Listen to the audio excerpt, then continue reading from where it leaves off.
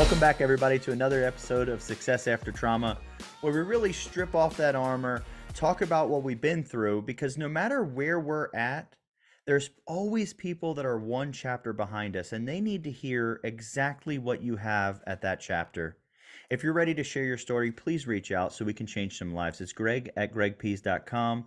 Or if you have a story to share and you're just not quite ready to share it on such a platform, reach out to me. I want to help you share your story. You're only as good as your secrets. Let's bring to light what you've had to keep in the dark.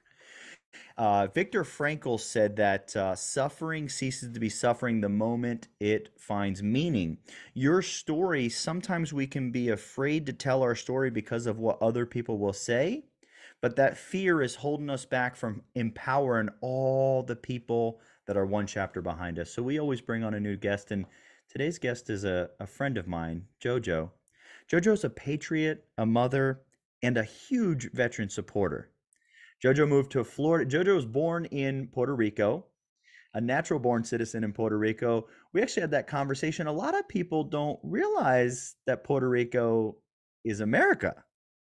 JoJo came to Florida in 2001, September 2nd, 2001, which was really just a couple days before 9/11. JoJo, will you tell us a little bit about what that was like being in Florida for 9 days before 9/11 happened? What was that like for you? It was very life changing. I will never forget. A lot of people say we will never forget. I really will never forget. I moved with all the hopes that anybody coming from Puerto Rico or from another country, as an immigrant, come to the United States, and you're seeing this big picture of the American dream. We all have this American dream, and we are a nation that was built by immigrants. So we have that thing of like, I'm coming, I'm going to work, I'm going to do all of this. And then I wake up, I remember hearing my ex-husband, he was screaming at the top of his lungs, we're being attacked, we're being attacked. And I'm like, what is happening? So I go to the TV, and then that's when the second plane hit the second tower. And this is all live, and people jumping out of the building to their death. And it was just, it was so traumatic. And I remember calling my family. I'm like, I'm okay. I'm in Florida. You know, everything shut down. I'm not moving. We're fine. Because I was living in West Palm Beach, so everything down south, like West Palm, Fort Lauderdale, Miami, all airports, everything closed. So I'm like, I'm fine. Everything is okay. Don't worry about me. And my grandpa, poor thing, he was like, can you see it from your building? I'm like, Grandpa, that's in New York. I'm in Florida. He's like, but is it closed? Yeah. Because in Puerto Rico, everything is kind of closed. So you can see from the center of the island, you can see San Juan. So he was thinking it was kind of like the same. Oh Um, my gosh. so I can only yeah, imagine his fear for you not being, at the distance as well. yeah. I have all my families in Puerto Rico. I have a grandparents in here, an aunt and an uncle. But my brothers, my sister, my mom, my dad, my stepmom, my stepdad, they're all in Puerto Rico. My entire family's there. So it was very hard. And I remember traveling back. That was September and November. I went back for Thanksgiving, Mm. and everything in the airport was so different. When I came in, everybody can go all the way to the planes, and in November it was like, okay, Yeah, I just bet. search me, I'm fine. Big difference, huh? Yes, it was completely different, and then from there, you being in the military, you know what happened. So speaking of the military, so is that what sparked, I know is that what sparked your interest to join the military? And that's exactly what happened. I was ready to serve this country. I went down to Miami. I did the 2 days that you do, the physical, the Yeah. all of that. I What do they call it? saw MEPS, right? the maps. Yes, MEPS, yeah. I I saw to the flag. I signed the contract. I was ready to go book him on April 15 of 2003. And like a month prior, I found out I was pregnant. And it was a big deal Oh my because gosh. they were not happy. And I'm like, Yeah, listen, yeah, I signed this contract 2 months ago. I'm 3 months pregnant.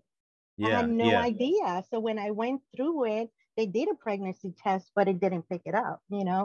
We're talking about almost 19 years ago. So Yeah. it's not like right now that it has to beep and it says pregnant and all. It was just a line. Yeah, yeah. So I didn't pick up. So um, I couldn't go. My mom found out a few years ago. She didn't know. She didn't even know. You didn't even No, tell her? Oh my no, gosh, she would have been no. scared, huh?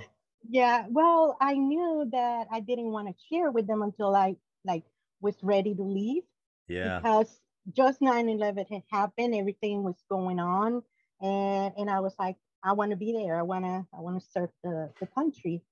But God had other plans, That's right. and Camilo is not almost 19 years old. It will be 19 October this year. 19 years old and he's getting ready for college, isn't he? He is. He is. And what college? I'm sorry, go ahead. What college is he going to go to? He is gonna start in Daytona State College, so down the street from us, and then from there they have a bridge program with either the University of Gainesville or UCF, the University of Central Florida. And what So, is it that he's going to what is his passion? well, the kids right now, they're like, oh, I want to be a YouTuber. And I was like, listen, That's we need to right. talk about this. We need to talk about this. Oh, I love it. But didn't you say So, he was looking at like graphic design for like video yes, game yes, design and stuff like that? yes. That's when I sat down with him and I said, okay, you can be a YouTuber, but what is going to separate you from everybody else? You have to have something different. You can't be playing Gotcha. video games. I say, why aren't you the one that is making the video games? You should be the one making the Ooh. video game. So that will separate you from the ones that are playing. Did Because, he so did he light up with that? What was his reaction? oh, he loved it. He loved it. And then we talk about um, the Nintendo.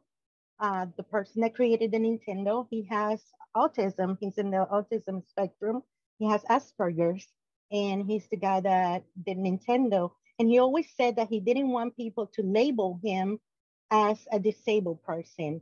He wanted to everybody to know that he was capable of doing all this thing without the label. That's right. That's So right. when he talks about it, it's like, really, this is a multi-billion-dollar person that has this disability. This is not a disability. This is a person with a disability. And That's that's what right. I always put in his mind. I say, you have to be that person. People have to see your potential before they see your disability. So be So the for every person that creates the games. Sorry. No, no, no, no. I'm sorry. I cut you off. I'm so sorry. So for everyone listening right now, we're listening. Camilo is Jojo's son. Camilo was when Jojo was going to get in the army. That pregnancy was Camilo. Jojo also has a daughter. But when we talk about Camilo, we're talking about going to college. We're talking about being a video game designer. We're talking about being a YouTuber. But what we haven't talked about yet was the fact that Camilo has had 16 surgeries. He's ventilator dependent. He's a quadriplegic, and he's tube fed. Yes, correct. Jojo, can you tell us a little bit? That's a bomb for everyone listening. They're like, Yeah. what just happened? Can you take Yeah. us back a little bit? Can you tell us the start of all that? Well, when he was born, um, so when they find out I was pregnant, they said, okay, when you have the baby, you can come back and fulfill your commitment. And I was like, cool, I can do that. Why Right, not? right, right. Right? You know? And when he was born, I was natural birth. He was born 6 pounds, 7 ounces, 17 inches. His measurements are perfect. Everything was fine until he turned 4 months old. And I could go like this around his chest, like my hands Oh like my this. gosh. That was the biggest chest was. The rest of his body kept growing, but his chest was like this big. Oh my Um, gosh. so we started seeing doctors in the University of Miami because I was in West Palm at that point. And I remember it was so funny because I remember the genetic, because they did a genetic panel to make sure that if it was something genetic, what was going on. So he was like, you know what? I'm going to tell you something, Mom. Camilo's not going to play football because he doesn't have the body for it, but he's so smart. He's going to do wonders. And I was like, I don't need him to Perfect. play football. That's right. That's right. There's too many injuries. Too many. So If you would um so Camilo, so chest was not developing. So are we talking about bone, muscular, organ, all the above? What it is was it was the bone. It was the rib cage was yeah. not growing as the rate of the entire body. Mm-hmm. So he was the size of a 9-month-old baby at a year, almost 2 years old. So he was Mm-hmm. very tiny because it was constricting the lungs. Mm-hmm. So Mm-hmm. everything he ate, all the calories were going into breathing. Mm. So he was not developing, he was not growing as he should have been. Um, so I contacted because I started researching, and the doctor said he has June syndrome. So I look it up online, and of course we go into WebMD. Hello, that's where everybody goes. That's right. Is there did you do it any other way? Yeah, yeah. So I researched it, and it said that the life expectancy for a person with that syndrome was a year old. This is when he was 6 months old. Oh my So of gosh. course I'm devastated. I'm crying, and I keep researching every night. Every night I'm like looking up, so in the internet. I'm like, okay, there has to be something else. Yeah. There has to be somebody that will guide me through this. So I contact the person that found the syndrome. He was Dr. Davis from Ohio. He's in Ohio. So I sent an email. I'm like, hey, can somebody call me? Because they have a foundation. So I was like, can somebody call me? My son was diagnosed with the June syndrome. I want to know. I want to understand, because that's when I find out there were three categories. So it was like severe, moderate, and mild. So I'm like, I want to know what's Where are we going on. at? Yeah, yeah. Yes. So Dr. Davis actually called me. To my surprise, I'm like, oh my God, Wow. this is the head doctor of the entire hospital and he's calling me. So you see the passion when somebody takes the time to call and trying to reach out to somebody that is asking for help. So he was like, I really don't think he has June syndrome. He has some of the characteristics, but it kind of like Not all it's the way not there. all of it. Yeah, Yeah. yeah. So I was like, oh, I was okay. about to say, was that a relief? I can only imagine. Yes. Yeah. Okay, keep going, keep going. Well, that was a relief on that point, because I'm like, okay, now we need to know what it is. But now it's like, okay, so what's We're happening? back to square one. Right, right. Well, we at this point, 19 years later, we still on square one, because they did SMA testing, which is spinal muscular atrophy. They did muscular dystrophy. They have done multiple of those tests, like biopsy. They just can't understand where the connection is missing, because he has feelings all over his body. So if you touch his toes, he knows exactly what toe are you touching, but he can't move. So they're like, okay, so the connection is there, but the muscles are not firing, they're not working. Mm. So what happened? And we think that what happened was in one of the surgeries, they had to go blind, which meaning when they do spinal surgery, they put some testing probes on your head to see if the muscles are still moving.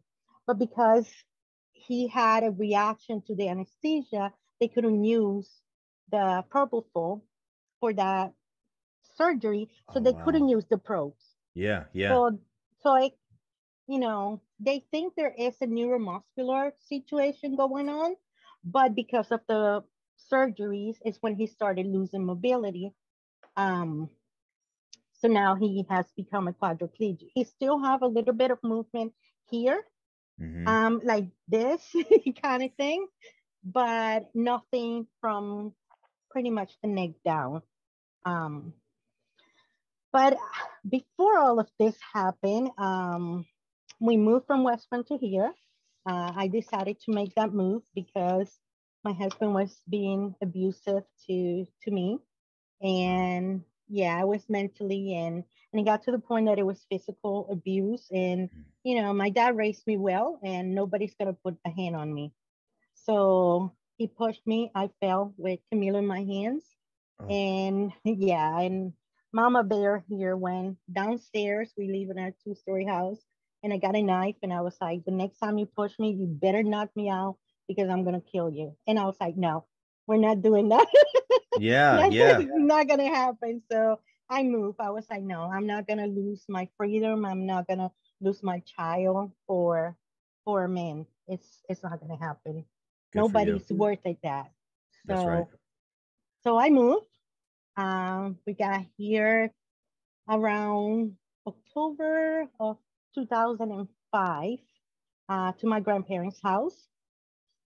In January of 2006 is Camila was having some issues, so I took him to the hospital here in the land, and they transferred him to Orlando, Arnold Palmer in Orlando, which is the number one hospital for children in the nation. We have the best hospital in Florida. There you go. But no, no, please, nobody move more. No, thank No. you. We're full. Florida You're is like, just full. just kidding. Don't come here for the hospital. We're full. We're full. That's great. um, I know. I go around and it's like Michigan, Nevada, California, Alaska. I'm like, Alaska?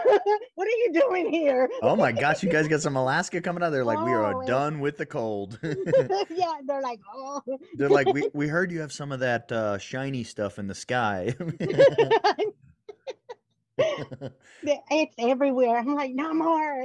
There were like 10,000 people moving every day to Florida for the last year. Yeah, yeah, no, and Ah, well, and you guys, well, and it's all a matter of opinion, but some people believe that Florida handled the pandemic very, very well, and we're very partial to that. Yeah. we But did. that's another conversation. That's another conversation. We did. Like, what's COVID? What? They did. I mean, as far as numbers go, as far as everything that's on the books as of now, it looks like Florida handled it very well, which is good. So Yeah, but tell don't me, move here. don't move here. But we're full though. We're full. Like disclaimer, no more room, no houses. Yeah. But okay, I want to talk a little bit about it. It sounds to me when I tell other people about you, Jojo, I mean mindset, attitude, love, service, like larger than life, more than anyone I know. Seeing, and I can't even imagine. I cannot quantify. I can do my best to try, but I can't quantify actually what it's like to imagine living your life. I don't have a reference point for it. We're you every time I speak with you, everything you said today, it was always from ground zero, like we're gonna make this happen. What do you attribute that to? First, I believe it's God. I am truly a believer. I think I have come this far because I believe I have faith. My parents, my dad is a big, big part of my life. Well, he's my stepdad, but he's my daddy. He was raised me since I was 5 years old. So he's my dad. It's the only dad I Wow. know. So he did 32 years police officer. And Wow. yeah, so he raises with this mindset of you're not a victim because that victim mindset is what holds everybody back. You have to, things happen in life, life change, and you move forward. And he raises with this. At that point, for me, when I was growing up, he would be like, hey, you need to clean the living room, the kitchen, and your room. And I was like, but why can't I just clean my room, the kitchen, and the living room? And he's like, no, you're going to do it this way. And at that point, I was like so mad and angry. But now, with all of the things that had happened in my life, I'm so thankful that he created that and us to see the big picture. Yeah. Why are we cleaning this way? Well, your room, nobody goes to it. So why do you want to clean the room before you clean the living room? If we have a visitor, you want to have a clean Yeah. living room, an organized living room. Why do you want to clean the kitchen? Because if you're going to offer somebody coffee or you're going to say, hey, you want something to eat or whatever, you want to be a good host, you have to have a clean kitchen. And at that moment, I was like, whatever, I don't have any visitors anyway, so I don't care. Right. Yeah, that's funny. You're like, I don't live in the kitchen. I live in my room. Exactly. And if somebody's visiting me, they will come in my room, like. But he But was planting now, seeds the whole time, huh? yes, yes. And he's a pastor now. So when all of this happened, when my life changed was in 2006. That was the moment that it was before JoJo, after JoJo. It was January 22nd on 2006. Yeah, And tell us that's the about it. moment Camilo died in my hands and had to be resuscitated. They took me out of the room while they were working on him. And I remember I couldn't stand, I couldn't see it. I was just laying on the floor in the waiting room, crying and crying. And I was just asking God to please let me keep my child. That's all I Wow. wanted. I'm like, I don't care. I want to keep my child. But I didn't want to be selfish. I didn't want to be selfish. So I talked to the doctor when he said, we brought him back. It probably took 10 minutes. For me, it took days. I don't know. Yeah, I can it only imagine. it was it was very, very traumatic. It's something that I don't think any mom want to go through, and my heart goes out to all the mothers that had lost a child. It's that moment for me that it was only 10 minutes made a big hole in my heart. Mm. I can imagine living without one of my kids. So it was very hard. And when I went in the room with the doctor, I asked him, I said, if my son gonna be okay mentally, or like what's happening, because I always said if it's gonna be connected to a machine, I have no problem with that. Hmm. But if it's there, yes. If it's not gonna be there, I'm not doing that. I don't want to be selfish. I don't want to be, keeping him alive because I don't want to suffer when Hmm. he's suffering for years. So I'm so thankful to God that he was fine. He wake up, he opened his eyes. Even though he had the tube down the throat because they had to get all the secretions out of his lungs. Because what happened was he aspirated, so he went to vomit and it went into his lungs. Hmm. So they had to put a tube down the throat and start taking all of that out of his lungs. So he was like trying to talk. And so I'm like, okay, he's alive, right? And later on, they're like, hey, he's going to have multiple surgeries. We want to keep the airway open. Can we do a trach? And I'm like, sure, I think that's better than having the tube in his mouth. So when they did the trach, I was like, God, I want to hear his voice. That's all I want to hear. I want to hear him say, Mommy, and I love you again. Mm. And a week later, I think after the trach, after they wake him up, because this boy is a fighter. He Yeah, he woke up is. under the paralyzed. They put him on paralyzed, and they put him on anesthesia and a bunch of things. The doctor said, any adult will be sleeping for 5 days. Your kid is awake. Yeah, yeah. So when he wake up out of all of that, and he said, "Mommy, oh, I can't tell you. I cry and I cry." And I'm so thankful because I always look at the little things because a lot of people forget and they're always looking for the big things. I Mm. look at the little things. I learned to look at the little things. For me, him being able to say, Mommy, I love you, and to listen to I love you every day. And when I'm doing stuff for him, and he's like, You're the best mom in the planet, and I love you, and I thank you for everything that you do for me. Oh my gosh. That's all I need to keep going. That's all I need to smile. That's all I need to help other people to see the light at the end of the tunnel. There's always light. I know some moments, I'm not going to lie and I'm not going to say, there's days that I get upset, there's days that I cry, but there's more days that I smile, that I'm happy, that I see everything that is happening in my life. I see that a doctor said he was not going to live a year old, and here he is 19 years old. That's right. So I look at the big picture, and it's sometimes it's hard. I'm not gonna I'm not gonna deny that, but I learn with the time to.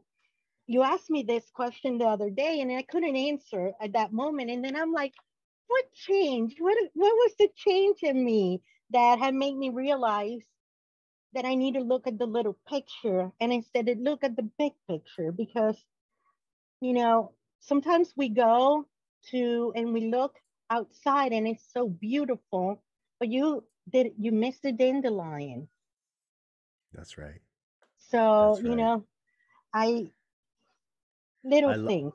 I love what you're saying, and because we're always looking for the other thing is we're always looking for in life, or I'm projecting here. I've been there before, so if no one else, it's me. I'm we. We're always looking for I love that you brought that up. Even with successes or for change, we're looking for big leaps and bounds, and if it's not a big leap and bound, that's not it. Yeah. But in all the little pieces is where all the answers are. The little pieces are what makes the big difference. And I love that you brought that up. And I love the analogy of the dandelion. We go out and we say it's beautiful out. Why was it beautiful out? Well, it's beautiful.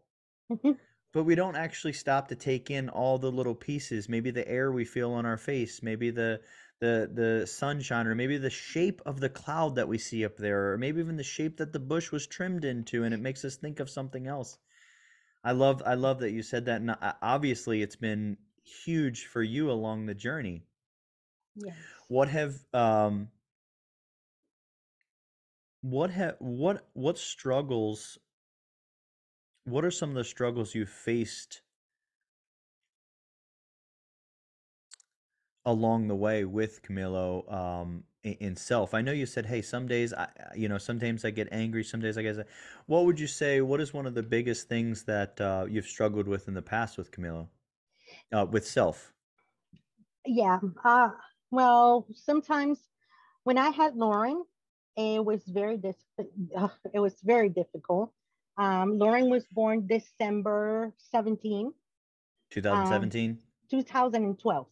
Oh. December 2000, so 17. so She's 9. Camilo was 9 years old. Yes. Okay, okay. Yeah, he was Um, 9. and so is Camilo, was he fairly stabilized by the time he was 9 years old? I mean, I say Yes. okay, okay. Yeah, I wanted to wait. Everybody was like, "Have another baby, have another baby." I'm like, "No, no. I want to have another baby when I'm ready for it." That's right. Because I wanted to be fair. I didn't want that other baby to feel, oh, mommy has Camilo 100% of the time. Her attention is all for him, because I have read and seen with other um, people. I'm in a group with special needs families, and they talk Mm-hmm. about that some of the other children feel that they're not loved the same way, and they feel like they're missing out on something Mm. because when you have a special need child, your attention They have to get it's extra kind of attention, yes, additional it's attention. exactly, it's kind of like devoted to that one. But at that point I had 24-hour nursing care, We had stopped surgeries were like every 6 months. They were not every 3 months anymore. So I had time. I had surgery too. I had an accident and they had to fix my collarbone and the shoulder. Oh my gosh. So When was that? that was right before Lauren. So she was born 17. That was like 16, Oh my gosh. 2016. Yeah. That accident was at work and so they had to do the surgery and Yeah, repair yeah. it. And that's my dominant hand, so I'm a lefty. So it was a little. So the nurses were here all the time. So I was like, hey, this is my time to have another baby then because I have all the help I need, right? Right. Um, so she was born December 17. January, Camilo was back in the hospital. Uh, he had RSV, the respiratory virus. Yeah. So he had RSV, and he was in the hospital for a week.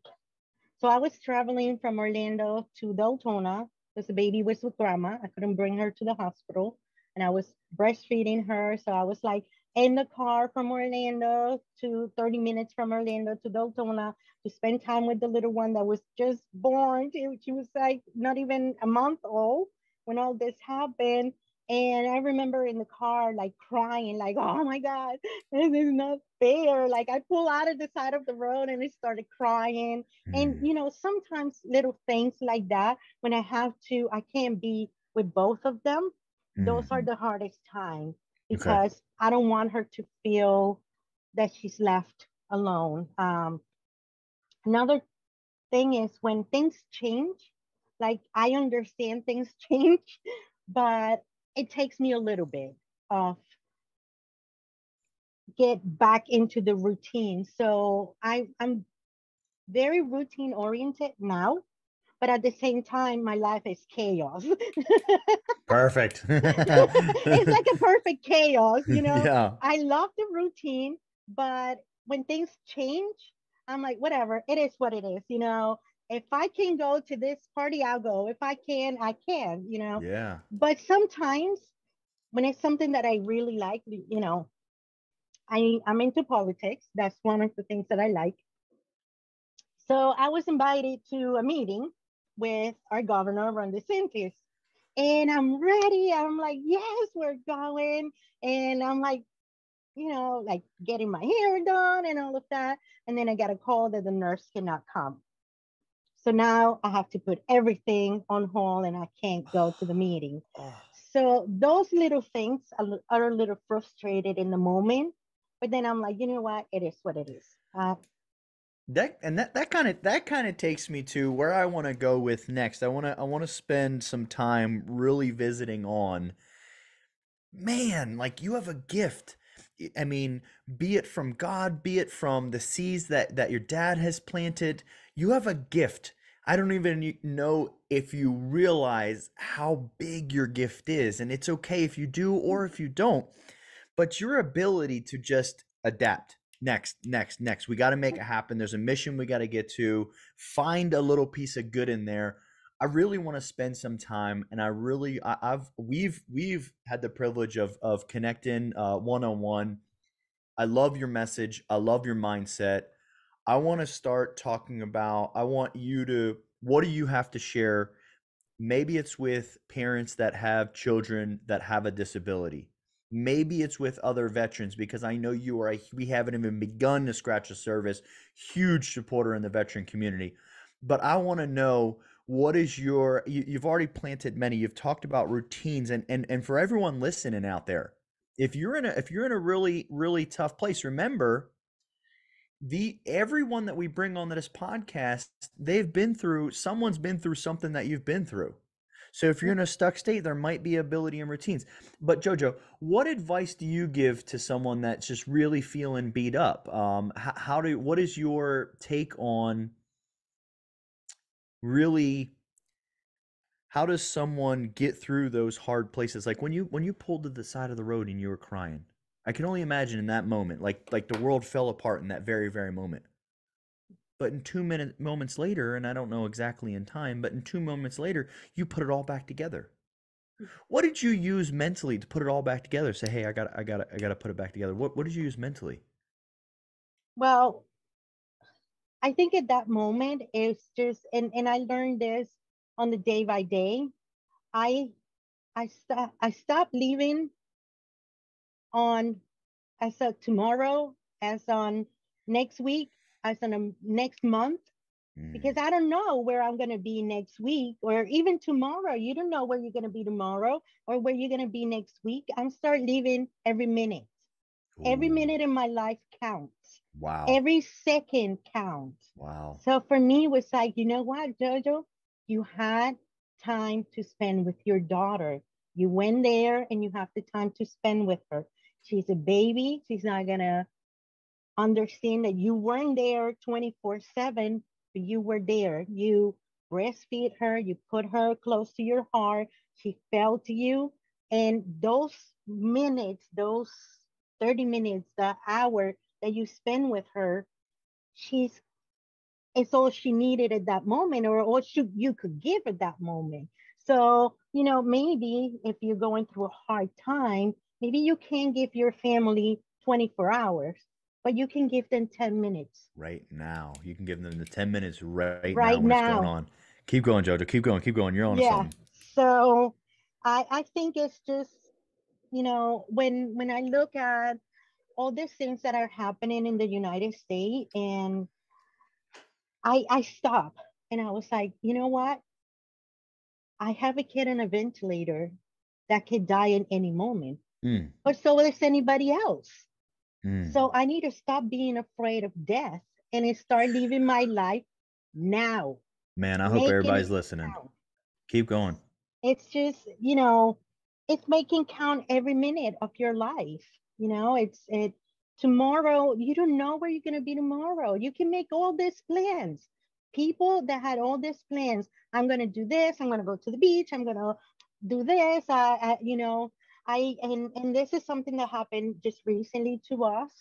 One of Camilo's nurses, we were so happy with her, and we love her so much. And she was so excited that she was going to graduate in May as an RN. She's an LPN. So she was going to graduate as an RN. January of this year, she passed away at work. Oh my gosh. So she had all of this thing that she had worked for the last 4 years of her life, and in a Just split like that. second was gone. Just like that. Just So like that. you can make all these plans and you can put your future on a 5, 10 year plan. But what are you doing this minute? What are you doing right now? Right Man, now. I love what you said because we allow, I've been there, okay? I'm guilty of it. I'm so guilty of it. We allow life to pass us by. I can't do X because I don't have Y, okay? But what can we do? If we continue to go through life stating there's a lot of things right now that I can't do. Okay, Yes. I can't fly a plane right now. Not right now. I don't have a license. I don't have a plane. By the way, I'm on a podcast. It we I could come up with just a massive list of things I can't do, and then I'll have that tally with me. Then I'll carry that weight with me. Hmm. I love what you said, right? We always have now, and even right now, that was the past, and we have right now. So we have Hmm. another chance at it. And the more we can get in touch with now, and then really focus on what is it that we can do right now. I can't run, can I walk? I can't walk, can I crawl? I can't crawl, can someone carry me? Whatever the case may be, that's so powerful. I'm so glad. I'm thankful to say glad. I'm thankful that you shined light on that. Have you ever? There's a guy named for everyone listening, by the way. There's a guy named. It reminds me of. There's a guy named Eckhart Tolle, and if I'm saying the name wrong, just forgive me and know and correct me. But he wrote a book called The Power of Now. And if you're listening, and it's worth a read if you want to really find out how do I get more in tune with now. But Jojo, I love what you're saying on that. That's the secret. That's the Yes. secret. Obviously, you figured it out because you've been through and continue to go through so much.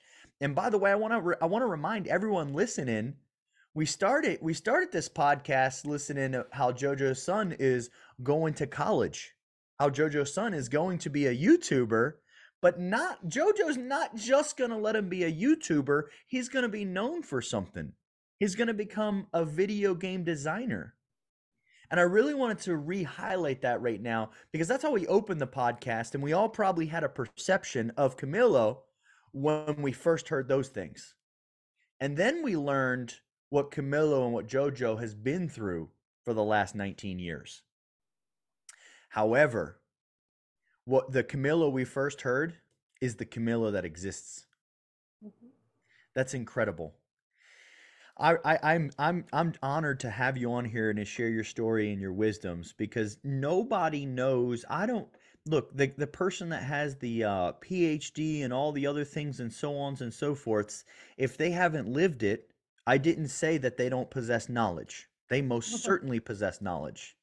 But you, Jojo, you possess, and what you shared today is wisdom. I appreciate everything that you shared, Jojo. Thank you for having me. And we're getting close. We're getting close, but I want to, you have so much wisdom to share. We're gonna have to hop on again. We can we can even talk about politics. No, no, no. I say no. I mean, actually, yeah. Discussing politics, I think, is very important. But we know there's a lot of Yeah. division right now, so we'll stay away from the division. I Yeah. believe in unity. Um, but I wanna. Is there? I'm not even going to say is there. Would you do me a favor, Jojo, and for parting words with everyone, what's one last mindset hack you can share with everyone listening? People that have the people that are really I really like to focus on. There's two groups of people I like to focus on. I give this example. Let's see if we can. Here we go. I'm going to make a drawing for you guys. Squeaky marker.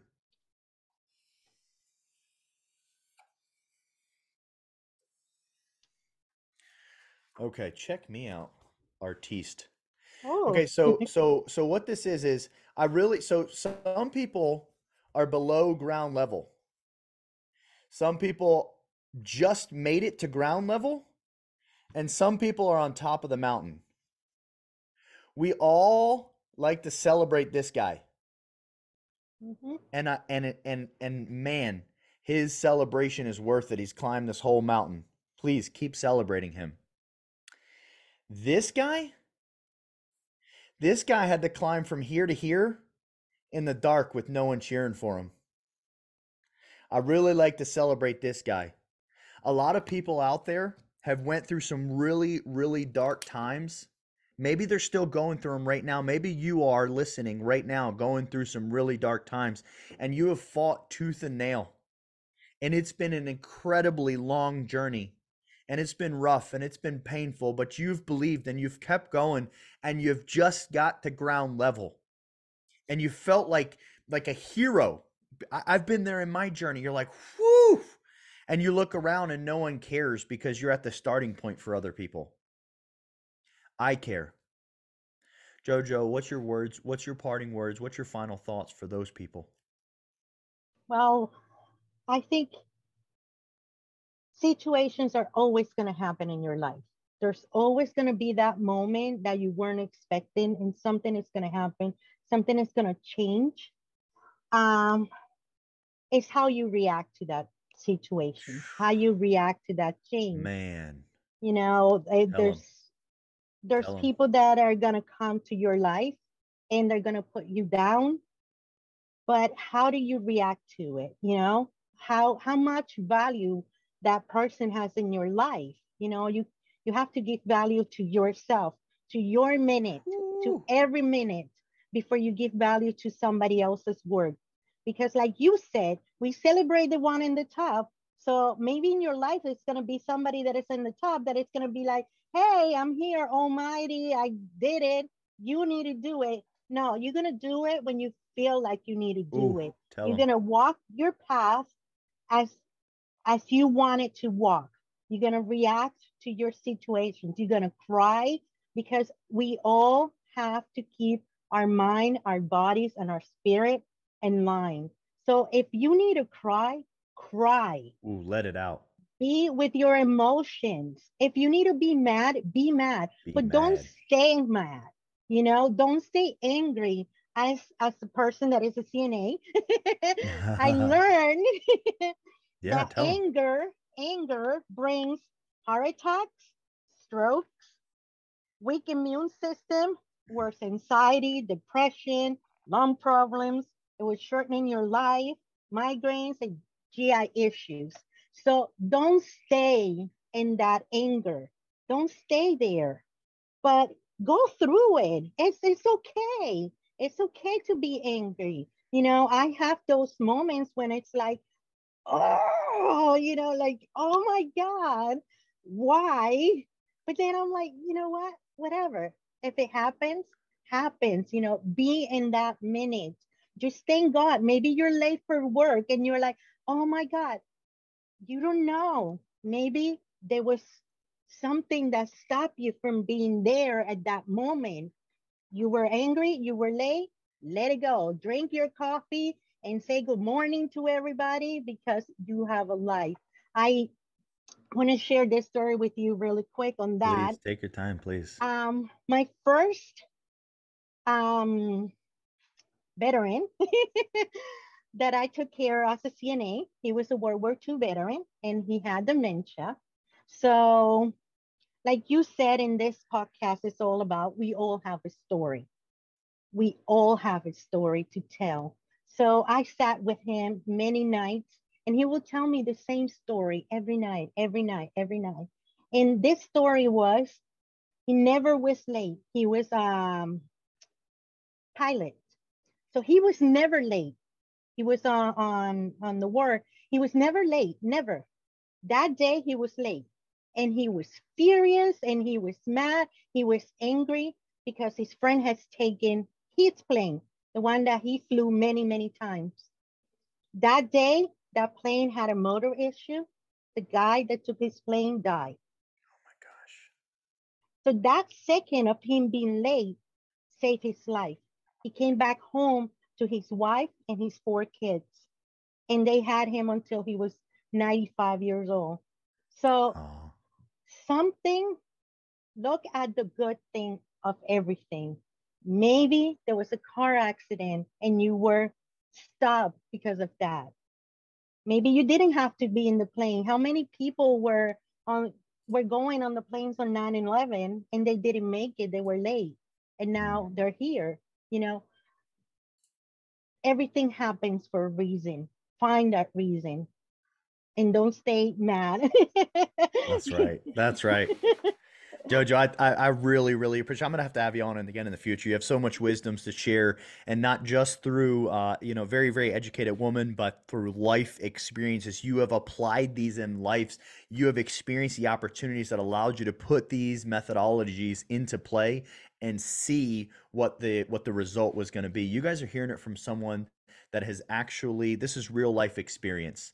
It's been an honor to have you on here, Jojo. If you guys have a short, if you're listening to us on audio, make sure you download, tell your friends about us, because listen, when you share this podcast with your friends, you get to be part of the mission of helping people change their lives. The more people that hear about it, the more lives we get to change. And if you have a story to tell, I want you to connect with me. It's greg@gregpihs.com. Even if you're not ready to share your story yet, I want to work with you so that you're ready to share your story. And if you're only listening to the audio, check us out on YouTube. It's Success After Trauma. Like and subscribe to the channel, check out the video, and stay up to date when we have new podcasts. Be great. It's already in you.